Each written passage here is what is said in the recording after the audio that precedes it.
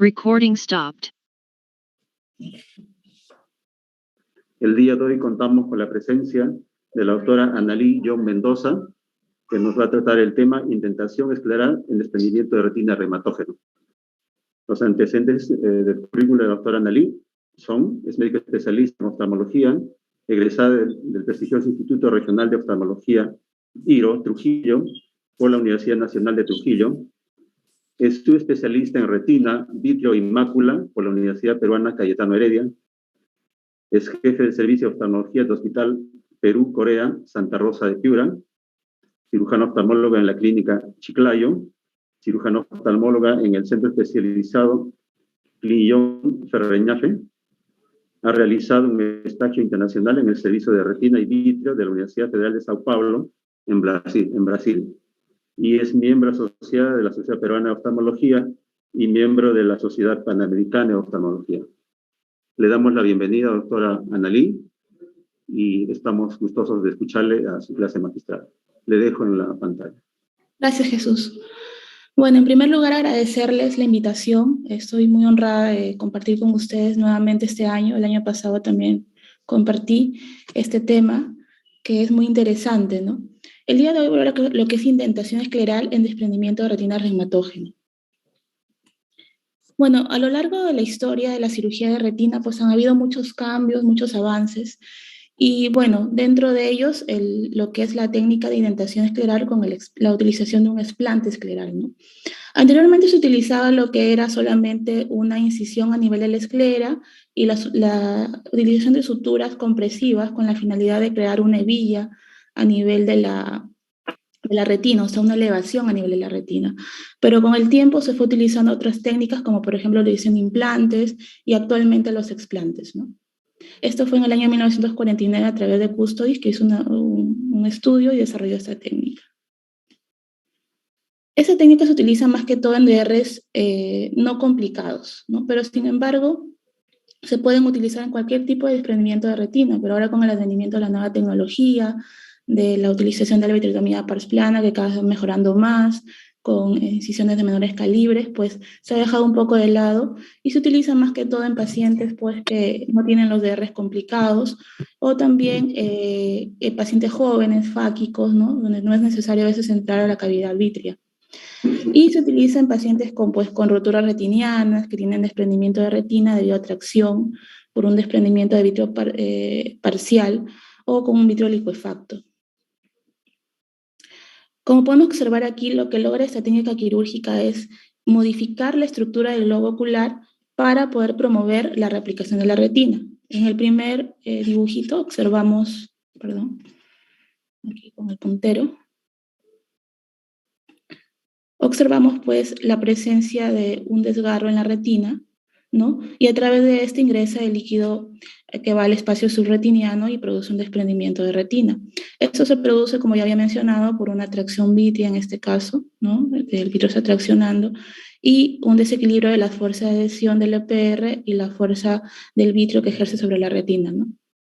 Al momento de realizar la indentación, el EPR se adhiere a la retina y por tanto cierra el desgarro y el líquido subretiniano se reabsorbe, ¿no? Entonces, eso es lo que logra esta técnica quirúrgica. Entonces vamos a hablar de diferentes puntos. En primer lugar de la biomecánica, luego vamos a pasar a la técnica quirúrgica, luego las complicaciones y los últimos avances. En cuanto a la biomecánica, tenemos que los cambios que se producen a nivel del ojo es más que todo en la geometría del globo ocular. Lo que produce es un cambio de longitud axial, ¿no? El ojo se vuelve más elongado, ¿no? Y por tanto produce también cambios en la refracción del paciente. Estos cambios se traducen a través de esta fórmula que les presento aquí, que es un poco complicada, pero es cómo se mediría el cambio de longitud axial en un paciente con indentación escleral, ¿no? Y como ya les había mencionado, produce errores refractivos, por ejemplo, el error astigmático, que es causado por los cambios a nivel de la curvatura corneal, cambios a nivel del equivalente esférico, inducido por cambios en longitud axial, la profundidad de la cámara anterior, la posición del cristalino, y también aberraciones de orden superior. Estos cambios o estos errores refractivos pueden persistir al menos unos 3 meses, pero también pueden mejorar con el tiempo, ya que las suturas generalmente se van aflojando y el ojo pues va adoptando nuevamente a veces su forma, ¿no? Pero Esto a veces también puede persistir y puede ocasionar muchas molestias en el paciente. En cuanto a los efectos sobre la geometría interna, pues esto depende de varios factores. En primer lugar, de la forma de la hebilla. Hay hebillas planas, ¿no?, en forma de neumático, o también hebillas redondas en forma de esponjas. También depende de la composición de la hebilla. Hay hebilla con siliconas duras o con silicona en forma de esponja. También la colocación de la sutura con respecto a las dimensiones de la hebilla. Hay hebillas más gruesas, hebillas más finas, 240, 276, ¿no? La tensión de la sutura, algunos pacientes pues tienen las suturas muy tensas y eso produce mucho más cambios a nivel de la geometría, elonga más el ojo y produce las molestias. Ahora, también se producen cambios a nivel del volumen, ¿no?, del volumen ocular intravítreo más que todo. Y esto se puede producir en función a las siguientes variables: la longitud axial del ojo, el ancho de la hebilla también, la circunferencia de la hebilla y la altura de la hebilla. También se traduce a través de esta fórmula que les presento aquí y, como pueden observar en el cuadro, de acuerdo al tamaño de la hebilla, al grosor de esta, pues se produce un mayor desplazamiento del vitrio, ¿no? Por ejemplo, aquí utilizamos más que todo la 240, que es más fina, que el desplazamiento es mucho menor que, por ejemplo, la 276, ¿no? En algunos casos utilizan las dos, la 240 y la 276, con la finalidad de tener una mejor elevación de la retina y una mejor adherencia del EPR a la retina. Más que todo en desgarros que tienen tracción, ¿no?, y que están sobreelevados, pues se utilizan estas hebillas, ¿no?, 240 y 276. También hay cambios del lobo ocular a nivel de la rigidez, la histéresis corneal y también del flujo sanguíneo ocular. Entonces, existen fuerzas que conducen a la presencia de un desgarro y posterior un desprendimiento de retina reumatógeno. El vitrio, como ya sabemos, ejerce una atracción, ¿no?, en la retina, generalmente por gravedad hacia el centro. Entonces, esta atracción generalmente es la que produce los desgarros, especialmente en la parte superior de la retina, ¿no? Pero para que haya un desgarro, tiene que haber un desequilibrio entre las fuerzas de adhesión del EPR y la fuerza del vitrio que ejerce sobre la retina hacia el centro, como les había mencionado. Entonces, cuando hay un desequilibrio es cuando se produce el desgarro. Una vez que se produce el desgarro, nuevamente el equilibrio entre esas fuerzas se restablece y ya se produce lo que es el desprendimiento de retina, porque entra el líquido a través de este desgarro al espacio subretiniano. Ahora vamos a hablar de lo que es la técnica quirúrgica, ¿no? En primer lugar, lo principal en el caso de los pacientes con desprendimiento de retina reumatógeno es localizar todas las roturas de la retina, o sea, todas al máximo, hacer una buena dilatación, evaluarlo bien y evaluar si hay una atracción vítrea, ¿no?, a nivel de estas roturas. Eso es muy importante porque ya sabemos que el 80%, el 90% del fracaso de ese tipo de técnica quirúrgica es porque a veces no se identifican los desgarros y se nos pasa uno por ahí al momento de cerrar o terminar la cirugía, pues no nos damos cuenta y dejamos un agujero y nuevamente el paciente tiene un desprendimiento de retina, ¿no? También es importante lograr una adhesión corretiniana que rodee todas las roturas retinianas, de modo que el líquido intravíteo ya no llegue al espacio subretiniano, y emplear una técnica quirúrgica apropiada para aproximar las roturas retinianas al EPR subyacente. Entonces, siempre es bueno tener a la mano pues un dibujo, ¿no?, de la retina de esta manera, ¿no? Hacer 3 circunferencias. La primera circunferencia correspondería a lo que es la unión entre la pars plana y la pars plicata. Entonces aquí ponemos horarios, ¿no?, en horas de reloj, como un reloj. La segunda circunferencia, la central, corresponde a nivel de la hora serrata aproximadamente, y la tercera circunferencia a nivel del ecuador de la retina. Entonces, siempre identificar bien en qué zona están los desgarros y de esta manera tener un mayor éxito quirúrgico, ¿no? Ahora, para poder también facilitar la ubicación de estos desgarros, tenemos la regla de Lincoln. Entonces aquí las recordamos un poco, ¿no? La figura A pues muestra un desprendimiento de retina inferior, ¿no?, y una elevación mayor en el lado temporal, ¿no? Entonces, generalmente cuando hay una elevación mayor en un lado es donde está el desgarro. Por ejemplo, aquí está un agujero, ¿no?, o agujero, o hole. En la figura B podemos observar un desprendimiento subtotal de la retina, cuyo borde superior es más en el lado temporal, y generalmente el desgarro está justo en el filo, ¿no?, del desprendimiento, en el borde más elevado, ¿no? Luego la otra regla es cuando hay un desprendimiento de retina superior, generalmente el desgarro está ubicado a nivel superior también, ¿no? Y si hay un esparcimiento más en el lado nasal, como en este caso, el desgarro siempre está en ese lado, ¿no? Entonces así nos guiamos de esta manera. Y cuando se produce un desprendimiento de retina en forma de bulas, pues el desgarro generalmente está en la zona más alta, ¿no? En esta zona. Son las reglas de Lincoln que hay que tener en cuenta para ubicar mejor el desgarro o el agujero retinal que está produciendo la entrada de líquido. Para recordar un poco la anatomía quirúrgica, pues sabemos ya, ¿no? Esta es la conjuntiva, que está generalmente después del limbo, ¿no? Entonces está adherida a la esclera a nivel después del limbo.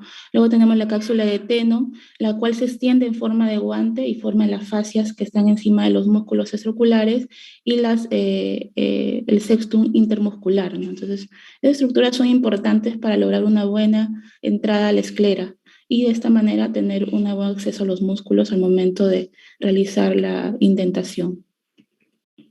Tener en cuenta también el espiral de Tillaux, donde está la incisión de los músculos rectos, que generalmente está aproximadamente a nivel de la hora serrata, y está a diferentes distancias del limbo, ¿no? Por ejemplo, el recto medial a 5.5, el recto lateral a 6.9, el recto inferior a 6.5 y el recto superior a 7.7 milímetros.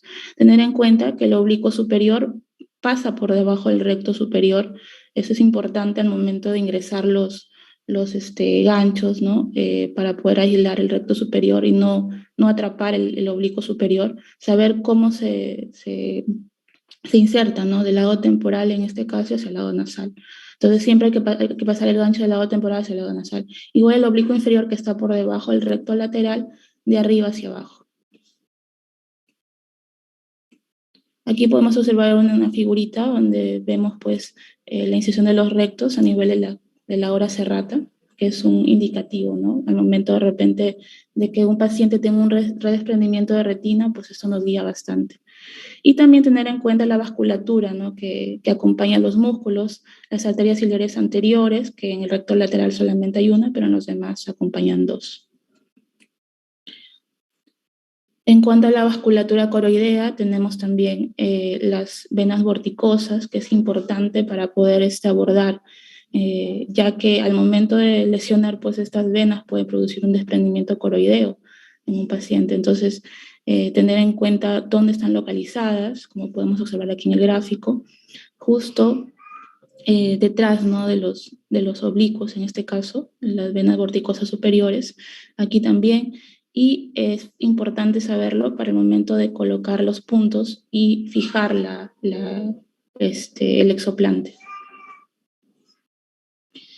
Entonces, ¿qué instrumental utilizamos en estos pacientes? Pues el blefarostato, ¿no? Diferentes modelos de blefarostato, la tijera Westcott, la .12, el retractor de Smarres, la tijera curva de Stevens para cortar hilos, los ganchos de músculos James o Grave, ¿no? Son los que utilizamos más. Tenemos que utilizar también una aguja espatulada, ¿no? Con la superficie anterior y posterior plana y los bordes cortantes para el momento de ingresar a la esclera, ya que las fibras de colágeno a nivel de la esclera están en forma laminada y eso nos permite una mejor entrada a nivel del plano, ¿no? de la esclera y evitar perforaciones que puedan llegar incluso hasta la retina, ¿no? También utilizamos pues, las esponjas de silicón, pero aquí en el Perú casi no se utilizan, más en otros países he visto que lo utilizan más en Colombia, por ejemplo. Y los neumáticos de silicón que se cortan y pueden ir segmentados, como observamos aquí, las esponjas en diferentes calibres también, y también las otras bandas mucho más finas, como la 240, ¿no? Y en este caso también las mangas de Waske, que sirven para poder unir los extremos de las bandas. Entonces, ¿cuál es el método de realización? En primer lugar, siempre es bueno tener el borde orbitario del paciente en forma horizontal, ¿no? ¿Y cómo se logra esto? Extendiendo un poco el cuello del paciente y un poco de giro de la cabeza hacia el lado nasal, es decir, alejar la nariz del ojo operado. Y de esta manera tenemos un reborde orbitario mucho más horizontal que nos permite trabajar más cómodamente. Posteriormente pasamos a lo que es la peritomía, ¿no? Donde realizamos primero una incisión radial, como observamos aquí, cogemos con una pinza sin dientes, la conjuntiva es importante, no lesionar la conjuntiva para el momento del cerrado, tener una mejor cicatrización, ¿no? Entonces colocar siempre una pinza, coger la conjuntiva con una pinza sin dientes para no lesionarla, y con la tijera Westcott puedes hacer un corte radial, ¿no? Posteriormente se diseca, se sigue disecando con la finalidad de también disecar tendón aquí y entrar a esclera desnuda. Y se procede a lo que es el corte a nivel del subyacente al limbo, ¿no? Nunca es bueno cortar pegado al limbo porque no deja ningún remanente de conjuntiva y eso dificulta después la cicatrización y también puede producir que la conjuntiva se retraiga hacia atrás y producir incluso la extrusión de los explantes, infecciones, etc. Entonces es importante dejar siempre un remanente de 2 milímetros de conjuntiva al momento de hacer el corte, al momento de la peritomía, ¿no? Y en este caso, por ejemplo, en esta figura han realizado una peritomía de 180 grados nada más para colocar un exoplante segmentario. Aquí observamos la peritomía, ¿no? Y también luego de realizar esta peritomía, pues ya ingresamos a través de los septum intermusculares, ¿no? Disecándolos adecuadamente para tener acceso a los músculos extraoculares. Siempre es bueno disecar adecuadamente y también evitar también la manipulación excesiva también a nivel de los músculos, porque esto puede ocasionar después problemas a nivel de la orientación, ¿no? Es decir, desvíos, estrabismos, etcétera, secundarios. Luego separamos los músculos con los ganchos, ¿no?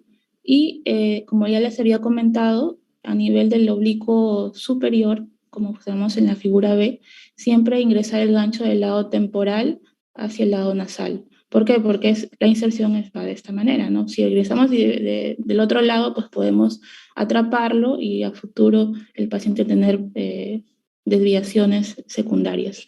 Igual en el oblicuo inferior, de arriba hacia abajo, como había mencionado, ¿no? Por la disposición también del oblicuo inferior que viene debajo del recto lateral. Es importante siempre, como también les había mencionado, identificar la configuración y ubicación del desgarro. Es muy importante esto. De esto depende el éxito de la cirugía. En algunos casos marcan la esclera, pero eso depende ya de la experiencia del cirujano, ¿no? Siempre se identifica. Actualmente se utiliza lo que es el chandelier, anteriormente se utilizaba lo que es la oftalmoscopía indirecta para identificarlos, un poco más difícil, por eso se procedía a marcar. Pero actualmente, pues con el chandelier ya se puede observar mucho mejor. Más adelante vamos a hablar de ese tipo de variación en esa técnica quirúrgica, ¿no? Entonces se marca el esclera en algunos casos, se ubica bien el desgarro donde está.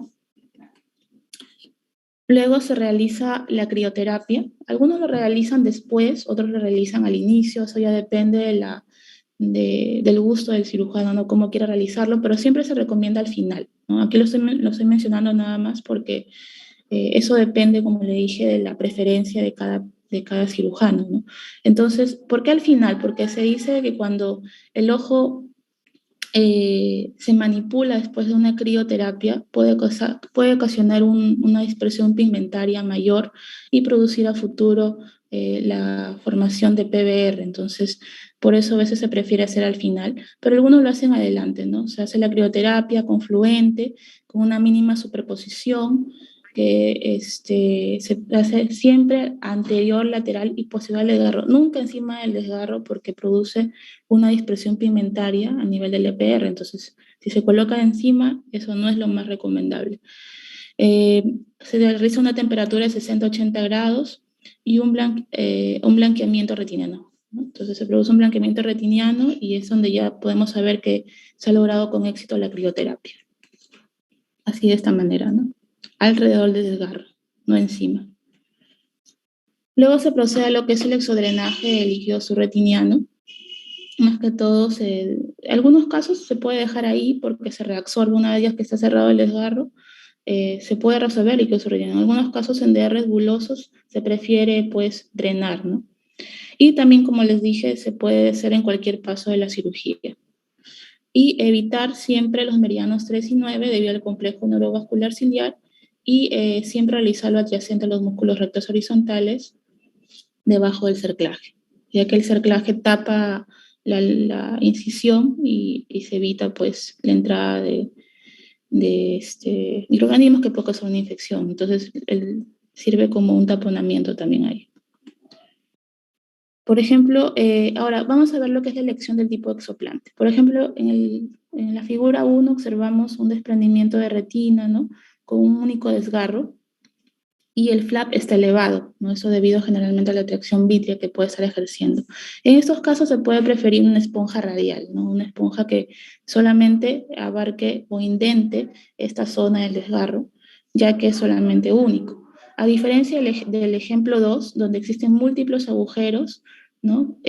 Donde hay poco líquido subretiniano, y en estos casos, cuando hay múltiples agujeros, pues se prefiere una banda de silicón, ¿no? O una banda de neumático que se corta, que puede ser segmentario o puede ser 360 grados. Por ejemplo, aquí ya se colocó, ¿no? La esponja y se ha cerrado totalmente la zona del desgarro. Y aquí también se colocó la banda de silicón, ha causado una hebilla, una elevación a nivel de la periferia de la retina, y también se han cerrado ya los desgarros múltiples. En esta tal figura, en la figura A, observamos casi un desprendimiento de retina total casi de un paciente pseudofáquico. Vemos aquí el lente intraocular. Entonces, en estos pacientes donde a veces no se identifica bien dónde está el desgarro por el desprendimiento de retina total, se prefiere utilizar una indentación 360 grados con una banda de silicón, ¿no? Y luego identificamos los desgarros y colocamos la crioterapia. En cuanto a las suturas, pues las suturas es importante tener en cuenta que siempre deben ser realizadas con la tensión adecuada. Como ya les dije, puede ocasionar, si se realizan muy tensas, se puede ocasionar muchos errores refractivos que causan molestias en los pacientes. Estas se colocan paralelos al eje del exoplante. El espesor es casi a la mitad o un tercio del grosor escleral. La esclera mide 1 milímetro, entonces siempre hay que tener en cuenta no colocarlo tan profundo porque, como les dije, puede perforar la retina también y producir otro desgarro, ¿no? En esponjas que miden, por ejemplo, 5 milímetros, siempre se deja un espacio al momento de colocar las suturas de 8 milímetros para poder colocar la esponja. Nunca colocar, por ejemplo, la sutura 5 milímetros igual que la esponja porque quedaría demasiado tenso y no entraría, habría mucha dificultad. Ahora, las propiedades físicas deseadas para una sutura es, en primer lugar, que sea un poliéster, ¿no? Trenzado, en este caso utilizamos más el mersilene, pero otros cirujanos utilizan también el nylon monofilamento. Sin embargo, debido a su memoria del nylon, a veces no permite realizar nudos muy ajustados y puede producir una dehiscencia de estas suturas. Entonces, se prefiere el mersilene. Esta sutura tiene que tener una durabilidad, biocompatibilidad, fácil manipulación, mayor facilidad para anudar y menos memoria que el nylon, como les había mencionado, ¿no? Y la aguja tiene que ser tipo espátula con borde superior, anterior y posterior planos y los bordes laterales cortantes. Y de esta manera ingresar en un mejor plano a nivel de la esclera. De esta manera, ¿no? Nunca colocar las suturas muy pegadas al exoplante, sino dejar un espacio. Entonces aquí observamos cómo se debería colocar el punto, ¿no? Al momento de ingresar la aguja espatulada, siempre horizontal, ¿no? Paralelo a la superficie de la esclera, paralelo al borde de la córnea, ¿no? Iniciar generalmente a 2 a 3 milímetros, trazando una línea imaginaria entre los músculos, ¿no? Y, por ejemplo, en caso de que se produzca una inclinación lateral, puede ocasionar un desgarro. Entonces, eso no es lo adecuado es esto, siempre horizontal. Y teniendo en cuenta también la visibilidad de la aguja, ¿no? Porque a veces cuando colocamos muy profundo, la aguja no se ve, quiere decir que estamos muy profundo. Entonces, a veces colocamos también muy superficial y se nota muy claramente la aguja. Entonces, de esto depende, de ver esto, para saber que estamos realizándolo de la manera más adecuada, ¿no? Entonces, colocamos de manera horizontal y seguimos los planos de la esclera. Aquí les traigo un video, no sé si se puede ver.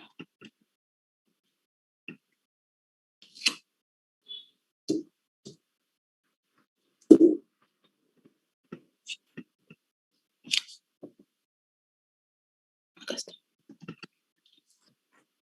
De una indentación, en este caso segmentaria.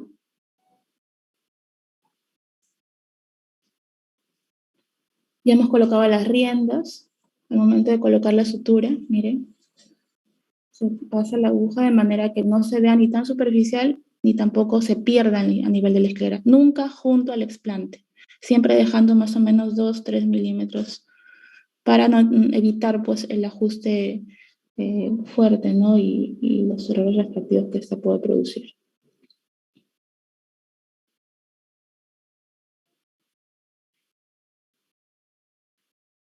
Igual ahí observamos que al principio estaba un poquito muy superficial, pero luego ya trato de ingresarlo un poquito más y luego pasarlo. Es una sutura en forma de colchonero que le dicen. Luego anudamos.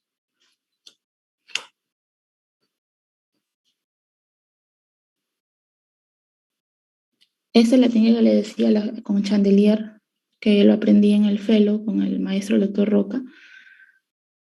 Se hace el acrillo alrededor del desgarro y pues se sutura, ¿no? Ahora, lo que es el cierre conjuntival, pues realizarlo de manera adecuada. En el caso que pongamos esponjas, siempre cortar los bordecitos para evitar la exposición posterior, ¿no? Y revisar bien que la retina pues ya esté adherida al EPR, ¿no? Aquí tenemos un resumen de la técnica quirúrgica. En primer lugar, la peritomía. Siempre dejando un rezago al menos 2 milímetros de conjuntiva a nivel del limbo para una mejor cicatrización. Se aíslan los músculos extraoculares.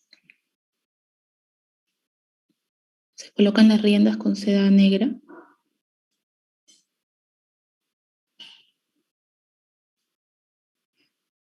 Colocamos el chandelier. Identificamos dónde está el desgarro y colocamos, en este caso, el exoplanter de 160 grados. Aquí colocamos la banda 240 y la 276 para una mejor elevación de la retina y una mejor adherencia del EPR a la retina. Colocamos la crío.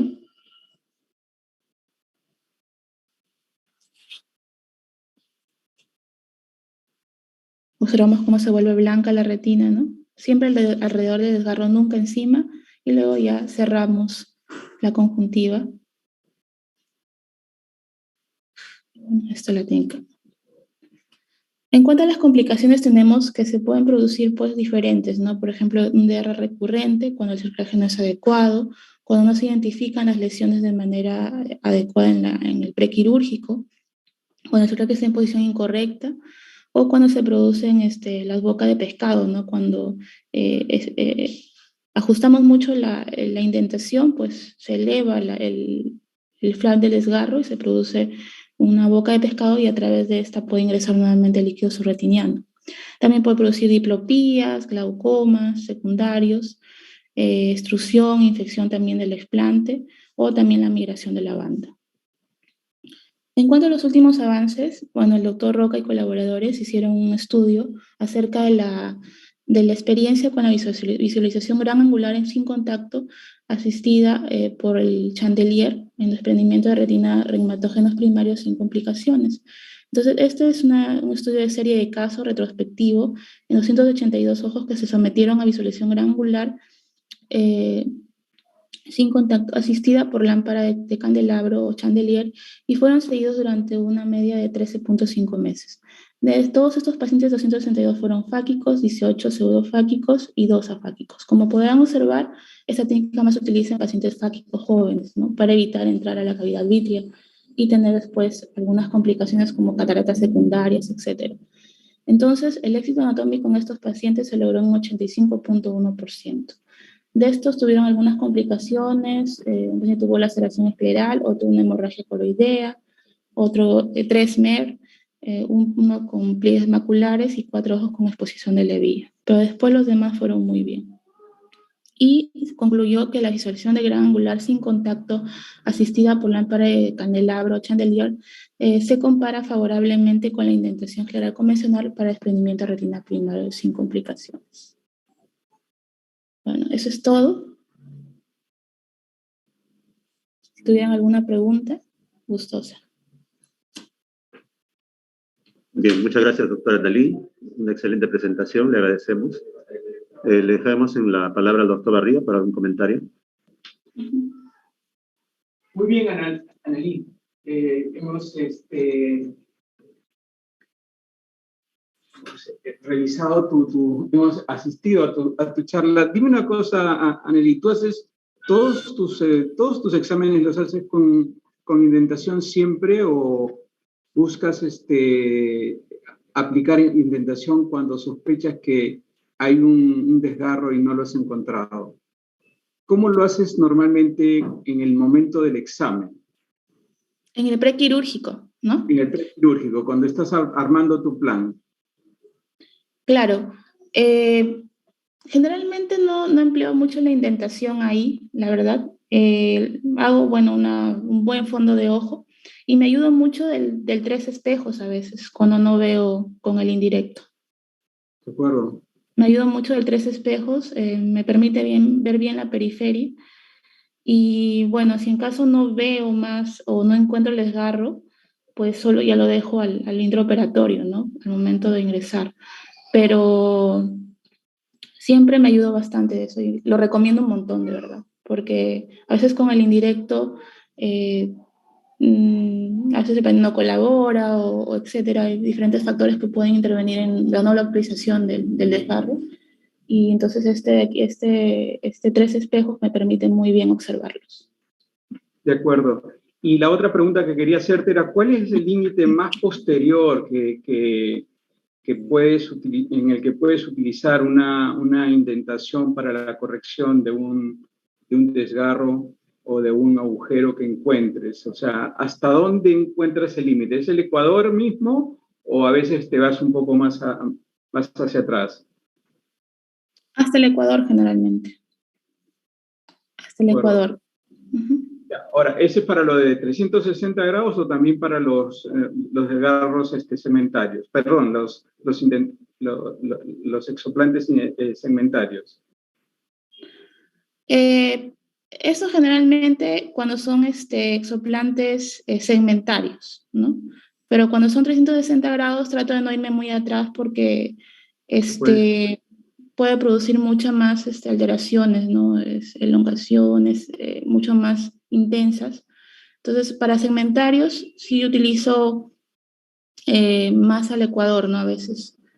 Pero en el caso de 360 grados, no, casi no lo utilizo. Lo utilizo siempre lo más anterior posible, ¿no? Bueno, okay. No sé si hay alguna otra pregunta. No, hasta ahora en el chat todavía no se han identificado preguntas. Pues, doctor Barriga, usted allá en el OAISA ya están utilizando, bueno, ya hay un colega retinólogo también, ¿no? Cirujano retinólogo. Nosotros, el doctor Céspedes está ingresando ahora.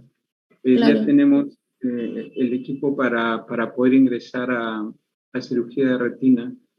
Pero sí, básicamente vitrectomías, ¿no? ¿Renzo? ¿O ya has colocado exoplantes? Hola, doctora, buenos días. Buenos días. ¿Cómo está, doctor? Bueno, nuestra experiencia acá es bastante diferente a lo que uno esperaría, porque tenemos quizás una curva bimodal de los pacientes. O vienen desgarros recién diagnosticados, así, ¿no? Con miodesopsias sintomáticas o flashes, y uno le encuentra el desgarro y simplemente está para láser y se acabó. O nos viene el otro gran grupo de pacientes que son pues DRs complicadísimos, ¿no? Ya DRs crónicos, más de un desgarro, ya con proliferación vitrorretiniana, quizá grado P mínimo, o con proliferación subretiniana, DR totales. Bueno, que el paciente no está en NPL, no está generalmente TPL, AMM. Entonces, todas las cirugías creo que hasta ahora las hemos hecho por por vitrectomía, ¿no? Ninguna se prestó a esta posibilidad de colocar exoplante. Particularmente a mí no me gusta mucho la técnica y soy más de lo que dice Steve Charles, ¿no? Que todo es vitrectomizable, ¿no? Él defiende bastante la vitrectomía. Incluso no está totalmente claro de este desarrollo de la catarata, ¿no? Por vitrectomía, ¿no? Y si es que fuera el caso, pues sería pues para pacientes jóvenes, fácicos, ¿no? Que reservaría pues la técnica. Y bueno, hasta ahora no nos ha tocado, lamentablemente, ¿no? Todo lo que viene acá es o desgarro o muy, muy complejo, ¿no? Diabéticos también con DR traccionales, con desprendimientos así complejos, con proliferación fibrovascular y PBR al mismo tiempo.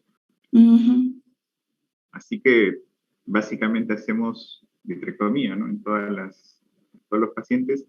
No soy tampoco de colocar los exoplantes 240, ¿no?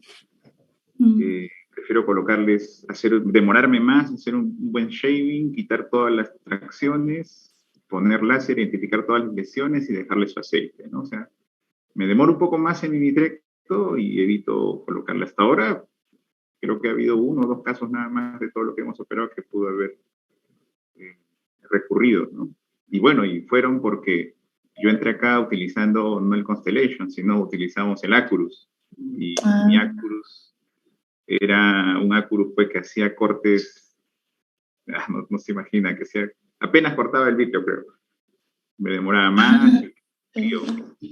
Fue bien difícil el inicio. Pese a eso, la gran mayoría salió bien, ¿no? Bueno, ahora con Constellation es mucho más, se nota el cambio, ¿no? La evolución de Accurus a Constellation es totalmente diferente. Creo que tenía 2000 cortes, de los cuales no usaba los 2000, porque si usaba los 2000 no comía nada de vitrio, tenía que comer con 800 o 1000, hacía mis vitrectomías, porque la cuchilla o estaba muy vieja, porque ya salió de circulación sus packs, o porque no podía trabajar realmente. Y bueno, había mucho movimiento, eran unas cirugías así, de toda una aventura cada paciente. Claro, Incluso llegamos a hacer este vitrecto yo prefería usar el vitrecto del Infinity en parte posterior, porque lo sentía mucho más cómodo que mi vitrector del Accurus, o sea, para que tenga una idea de lo difícil. Y bueno, no, sí, esto sigue siendo una opción, sí, muchos la usan. Ahorita yo la reservo para esos casos, ¿no? que te menciono.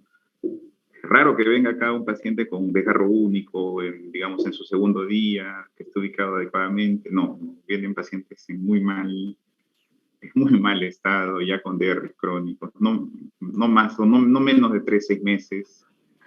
Y si es que vienen bien temprano, pues son desgarros, ¿no? Lamentablemente tampoco tenemos ahorita nuestro láser de fotocoagulación cargón funcionando, así que los tenemos que referir a esos pacientes, ¿no? Ahora, yo tenía dudas, seguramente hace tiempo les habrán comentado el hecho de usar chandelier, o ya lo habrás escuchado varias veces, porque la idea de hacer exoplantes es pues no entrar al ojo, ¿no? Entonces, ya el hecho mismo de poner un chandelier desnaturaliza la cirugía misma, ¿no? Su esencia. Si yo pondría chandelier, ya entraría a hacer vitrecto, por ejemplo, ¿no? Ya no haría banda, ¿no? Entonces, no sé, seguro que te habrán comentado eso, habrás escuchado, quizás con algún colega habrá pensado igual, no sé qué te parece. Pero yo pienso que una vez que entra uno intraocular, ya completa la cirugía, ¿no? Porque el punto el objetivo mismo de estas cirugías es no entrar al intraocular, ¿no? ¿Qué opinas tú? No sé. Sí, bueno, claro, pero igual la invasión al momento de colocar el chandelier es mínima, ¿no? No es una vitrectomía en sí. Entonces, yo creo que facilita bastante